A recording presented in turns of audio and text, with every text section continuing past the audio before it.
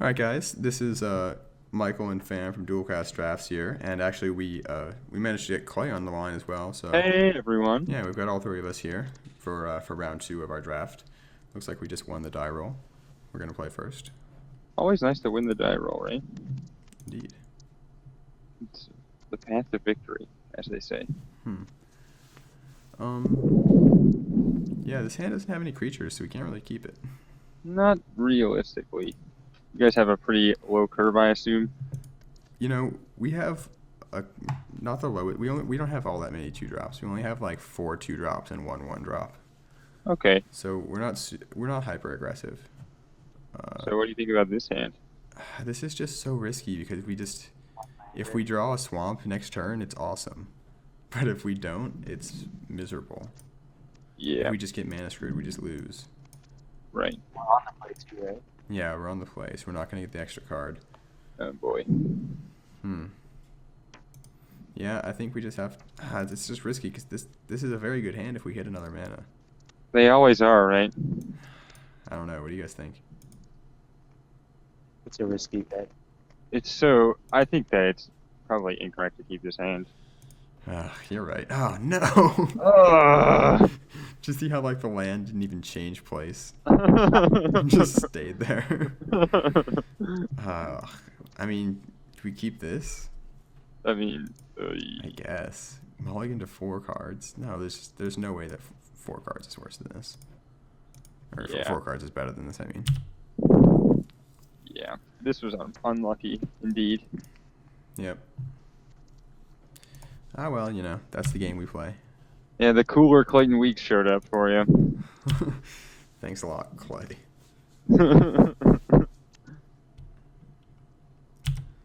Now everybody knows my last name. Oh, the cooler. The cooler. That's his last name. Yeah. Sorry, what does this guy do? 2 mana, 3/1. When it deals combat damage to a player, discard, draw. Okay. Looks like our opponent's probably just Did we go runner lands? Nice. Yeah, we've just been drawing lands. That's pretty nice.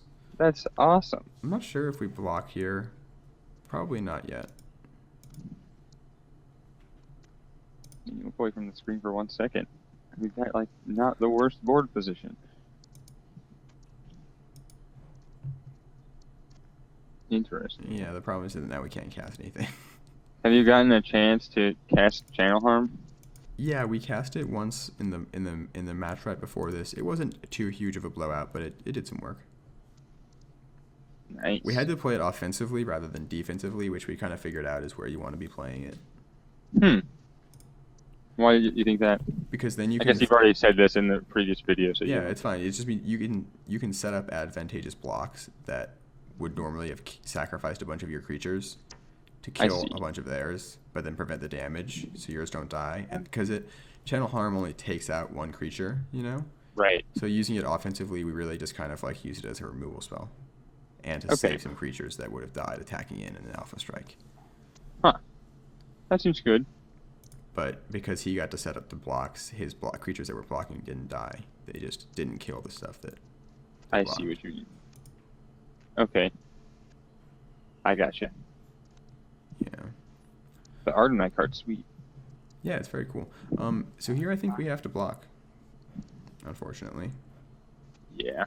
The question is, do we block the morph or do we block the champion? Probably just the morph, because it might be in a free weapon master. I would also agree. Of course, it might just be nothing, so I don't know. Could be a monastery block. War Behemoth. That's bad enough. Alright, well. Right. Gonna make us wait for it, but at least we got the swamp.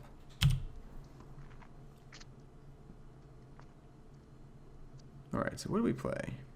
We can play Hooded Assassin, we can play Watcher of the Roost, we can play Mardu Charm. This guy is a 3/1, correct? Yes. Okay. So, we probably just want to play Watcher of the Roost. Well, we could hold up Mardu Charm, and if he attacks in, we can get a pretty awesome block there. That might be Yeah, the play. I like that. Because I feel like he's going to try to play a red or blue permanent and try to get the loot going Yeah. on an empty board, Yeah, it seems pretty likely he's going to have something. It might be smarter to just play out a creature first and try and do that next turn. I don't know.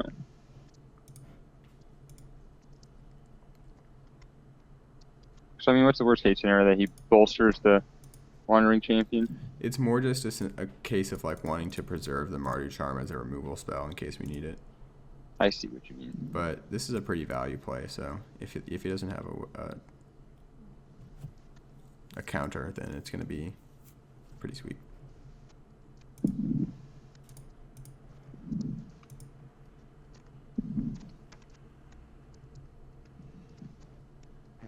All right. All right, I mean that's totally fine. We got a Sandblast out of Yeah. his hand.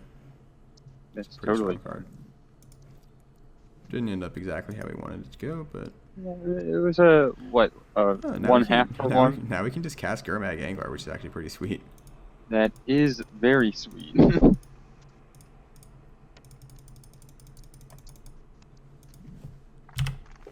Oh no, disdainful stroke. Oh, it's sad. Oh, man. Oh, You that's got brutal. stroked. That's brutal. That was very brutal. There's no denying it. That was bad. Yeah, it was real bad. That's going to be hard for us to recover from. Maybe that was a little hasty. I just slammed that angler down pretty fast. I don't know what the other play would be there, Yeah, I just didn't really consider that he still had half of his mana up. I mean, we'll know the play around it in the future. Yeah, exactly. Oh no, he's going to return it to his hand. No, he's going to return Sandblast probably. Well, I don't know actually. Nope, he's going to return Stroke. Well, that's silly. Yeah, it's pretty easy to play around now that we know he has it. Right. But it's also still threatening. It prevents a lot of action if he's able to just sit with the mana up, you know? Yeah. He's all hold up too. Yeah. I'm not really sure what we do here.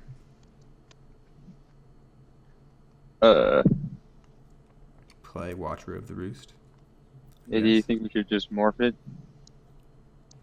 We had this conversation last time, is that I don't want to Show reveal him channel harm, so it might be better to just play it face up. Alright. I can buy it.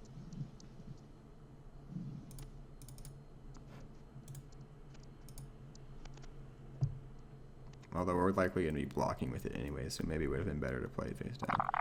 And honestly, it might be smart to just play the Hooded Assassin as a 2/3. Do you think...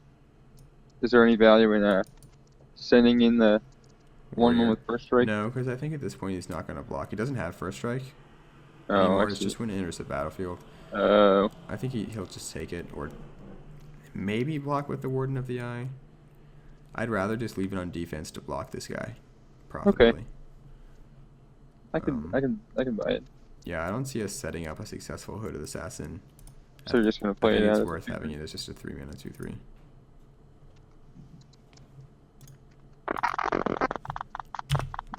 Just to strengthen our board position here, because now we can maybe like leave mana up for channel harm and do something interesting with some blocks, you know? Yeah.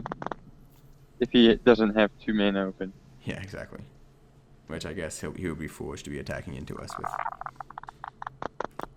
you know, not holding up his mana. Yeah. Yeah, that might be a problem. We'll see. It could prove to be quite a problem. Yeah, we don't really have any blocks here, unfortunately. I mean, I guess we could block Hooded Assassin and Watcher of the Roost. But any trick he has just kind of blows us out. Right. And I think he's pretty likely to have a trick. Wait, what's wrong with Hooded Assassin and the 1/1? Same reason, It basically. gets equally blown out. Yeah, I just... The 1/1 is expendable, but I still would rather have it to block this guy. Mm-hmm. Yeah, this is gonna be pretty hard for us to recover from, though. Yeah. Because like we said, he can just kind of sit back now. He's got us beat on board, and he can just sit back on his counter. Oof, and we're just gonna draw land. I mean, I guess we can try and. We can't even like attack him with the Watcher of the Roost though. I think yeah, I guess not. We can't. We have to be on blocking duty. We just have to hope we can find a situation we can play Channel Harm. Like if we make a block here and he somehow taps his islands out to do whatever he wants to do. He taps both islands. So he's gonna unmorph this guy, right? Possibly, most likely for 5, and leave 2 open to disdainful stroke. Yeah, so it just doesn't really work. But if he unmorphs the guy, then this should work, right? I don't know. Yeah. I mean, it's just kind of I don't hate that, but we can't really take 5, so we kind of have to block. do you think you should also block the morph No. in that case? Because why would if he has a trick, why wouldn't you just not unmorph? Oh, Yeah, it's because I think it's a free weapon master. Oh boy. No, it's fine though. It's perfect because now we can play Channel Harm and blow him out. No, he still has. Oh no, he still. Sorry. Still has disdainful stroke. Yeah, my bad. He only goes 2 for 1. Yeah, that's the thing though, is that we still trade, I guess. Yeah. Unless he just wants to tap out those other 2 mana. Come on. This sucks. This is the worst. We have the perfect spell to play and we just can't do it. Mm-hmm. Oh, so do you wanna just run it in there?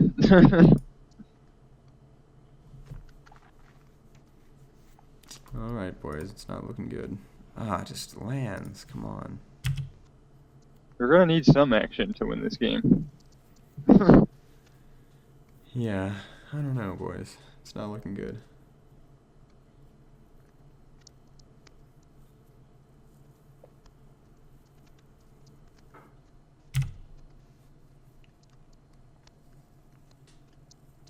It is not looking good.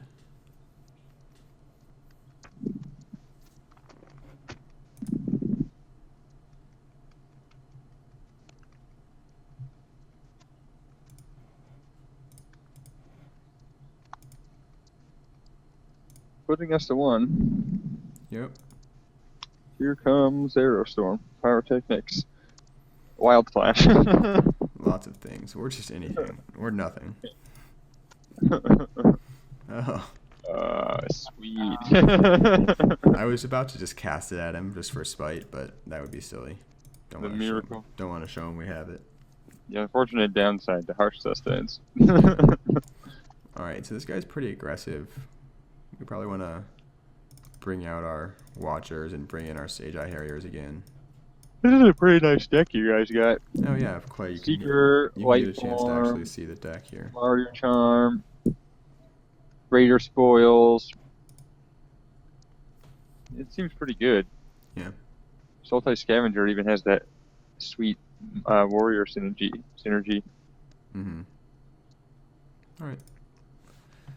Hopefully we can have a non-mull to a million. Or mull to 0. I like it. Seems like a good plan. Yeah, this is probably keepable. Yeah, I think so. You have a majority of black sources or white sources?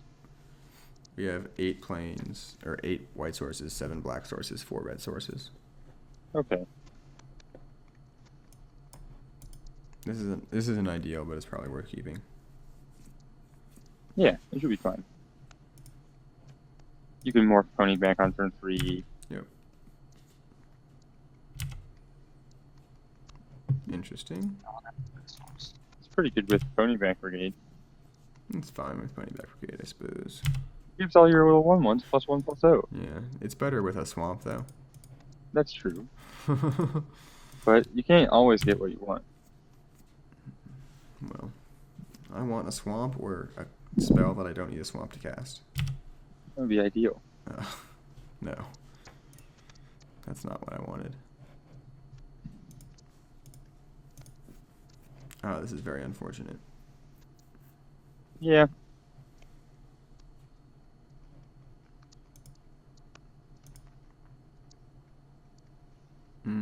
It might might be in our interest to block.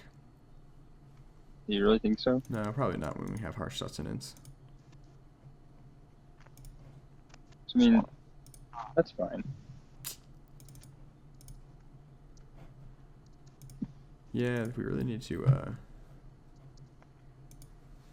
get a swamp at this point, because we just if we can get a swamp, we can flip up the pony back and play harsh sustenance and Mardu Charm. Yeah. And then slam Raider Spoils. That'd be pretty sweet.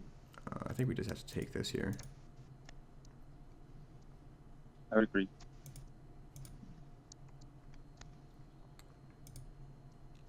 All right. Oh, come on. Flame. All the black cards in the world. Yeah, it's really rough. But, you know, that's what you get when you play a 3-color deck without very much color fixing support, so.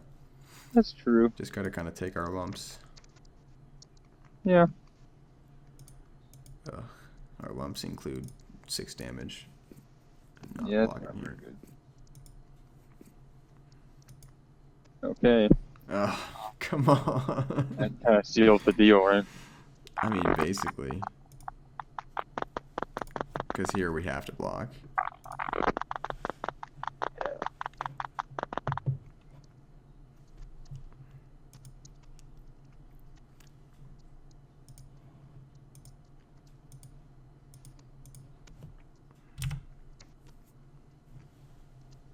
Well, hey, we actually traded. That's more than I was expecting. Yeah. Why didn't you Oh, flip up? because he had an arrow storm. Well, that was quick. Because I hit F6 there, but yep, that was the match. Wow, we lost game 1 to Brutal Mulligan, and we lost game 2 to Brutal Color Screw. Yeah, That is obviously Clay joining halfway through the round was an enormous stroke of bad luck and a terrible decision on our part. I'm so sorry. But you know what? I think I'm still going to post this video because, you know what? Terrible mulligans and awful color screw and bad beats are a part of Magic, so it's worth putting the video up anyways. Yeah. And yeah, I don't and think that also, was. our first match was pretty sweet, so. Yeah, and I'll get to watch it that way. Yeah, all right. So this has been Michael, Pham, and Clay from Dualcast Drafts. We'll see you again, hopefully sometime next week. Subscribe to our YouTube channel. Yes. When we get to 100 subscribers, Clay has a special mystery gift to give to everyone. Oh, jeez, don't do this to me, Michael. He'll come up with something. Oh, I'll come up with something. All right.